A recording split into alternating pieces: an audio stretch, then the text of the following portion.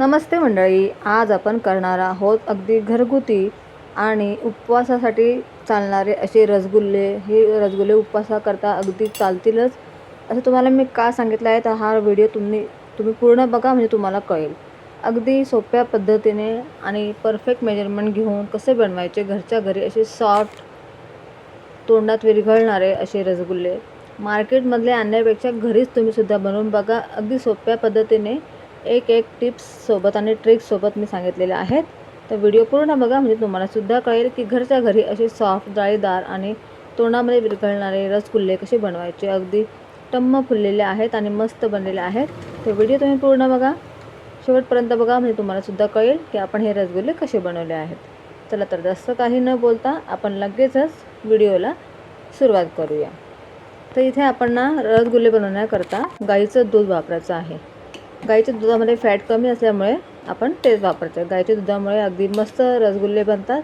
इथे मी 2 लिटर गाईचं दूध घेतलेलं आहे आणि इथे मी गाईचं दूध गॅसवरती ठेवलेलं आहे.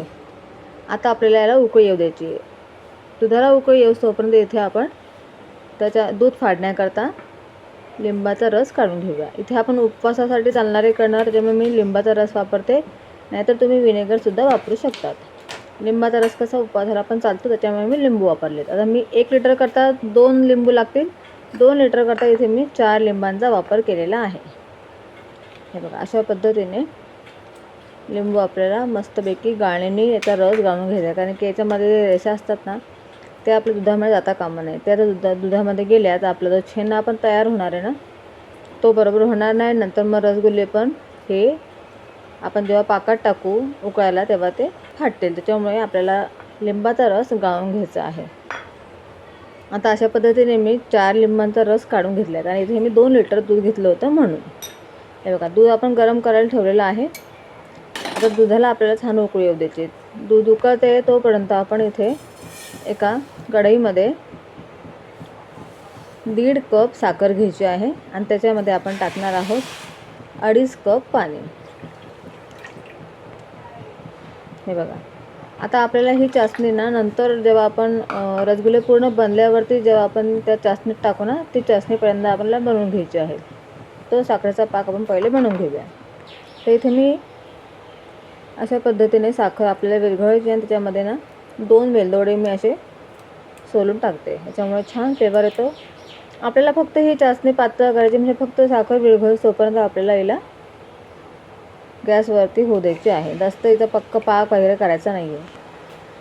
आपल्या रसगुल्ल्यामध्ये याचा व्यवस्थित पाक उतरला पाहिजे आणि रसगुल्ले अगदी सॉफ्ट आणि गोड लागतात छान. तुम्ही मार्केटमधले खाल्ले असतीलच.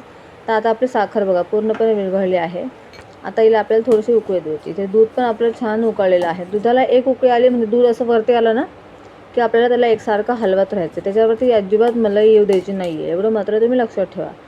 मलाई न येऊ देण्याकरता आपल्याला दूध अगदी एकसारखं हलवत राहायचं आहे. आता इथे मी गॅसची फ्लेम बंद केलेली आहे.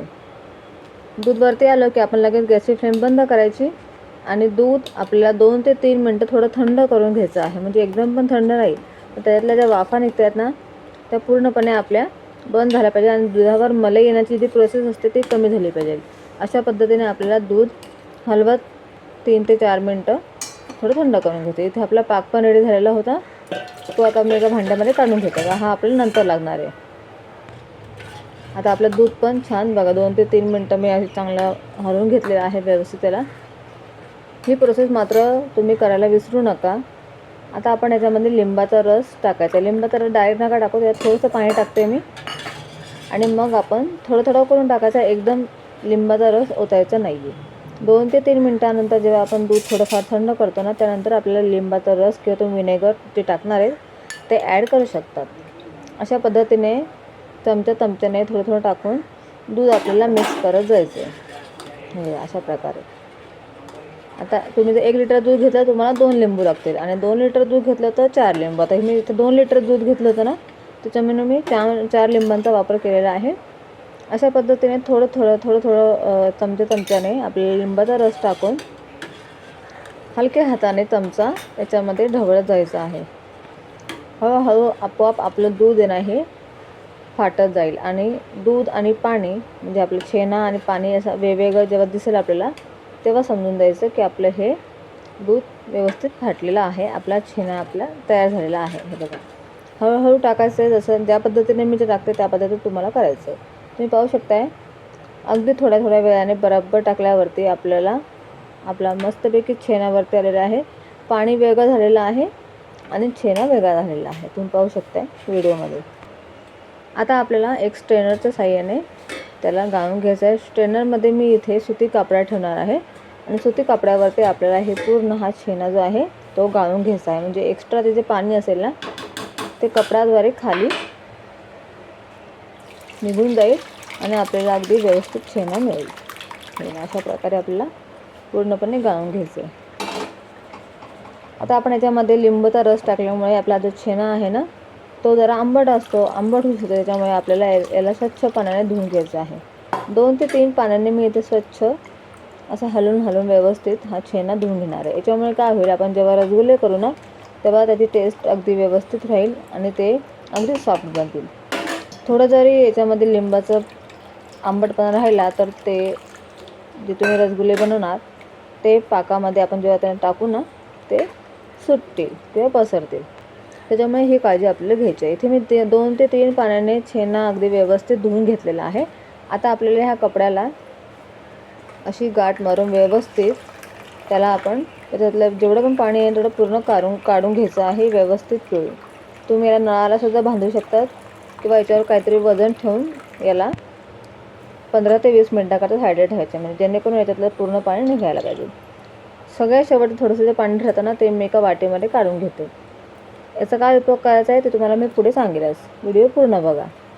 बघा, अशा पद्धतीने मी आता पूर्ण पाणी काढून घेतलं होतं आणि याला थोडंसं वजन ठेवून एका साईडला ठेवलेलं आहे. आता 15 मिनटं होस तोपर्यंत इथे आपण आपले रसगुल्ले शिजवण्याकरता पाक तयार करून घ्यायचा आहे. इथे मी 2 कप साखर घेतलेली होती आणि 2 कपला इथे आपण 6 कप पाणी घ्यायचं आहे. हा पाक आपल्याला पातळ करायचा आहे, त्याच्यामुळे पाणी जास्त घ्यायचं आहे आणि साखर कमी घ्यायची आहे. 2 कपाला इथे मी 6 कप पाणी वापरलेले.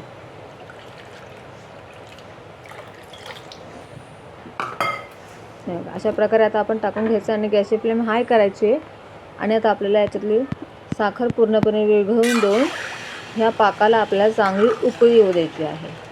तोपर्यंत उकळी येईल तोपर्यंत आपण इकडे आपले जो छेना तयार केला होता ना तो पण बघून घेऊया झालेला आहे की नाही. हे बघा, अशा पद्धतीने ताट घ्यायचं आहे. ताटामध्ये आता बघा छेना अगदी मस्तपैकी तयार झालेला आहे, तुम्ही पाहू शकताय.